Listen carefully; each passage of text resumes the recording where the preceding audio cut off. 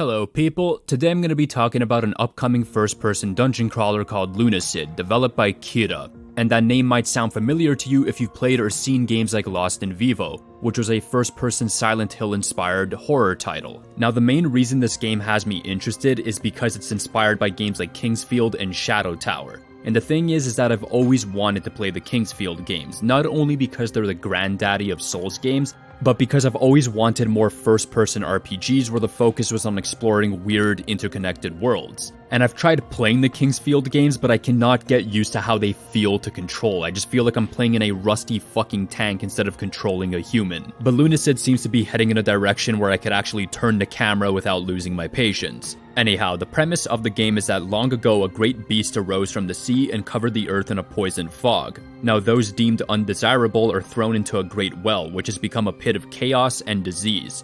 You awaken in a moonlit subterranean world, having been thrown into the great well for crimes unknown, and the only way out is to go further down and confront the sleeping old one below. Now, an important factor for a game like this is that the atmosphere needs to be good, and judging from the screenshots and just the footage I've seen, it seems like the game is going to be pretty solid in terms of that. The environments look pretty cool and distinct, and on top of that, the trailer music sounded pretty damn good. I'm assuming each of the locations are going to have their own distinct stage themes, which is something I'd be pretty happy about. One of the main things I really like about Kingsfield was the music. Even though I haven't played through the games, I still listen to the OSTs. So if this game nails the music, I'd be pretty damn happy. The game was also showing off different weapon models, and one of them had a really fancy attack animation, so I'm going under the assumption that these weapons are not just going to be unique from each other in terms of looks, but also in the way they feel. The enemy designs also look cool, some of them very reminiscent of Kingsfield, while others seemed pretty unique. Now, some may be thrown off by the low poly aesthetic, but personally I really like games that look like this,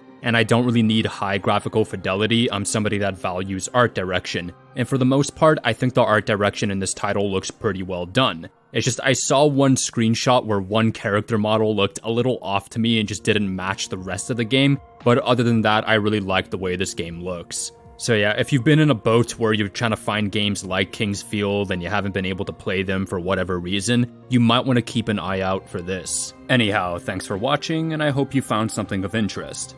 Peace.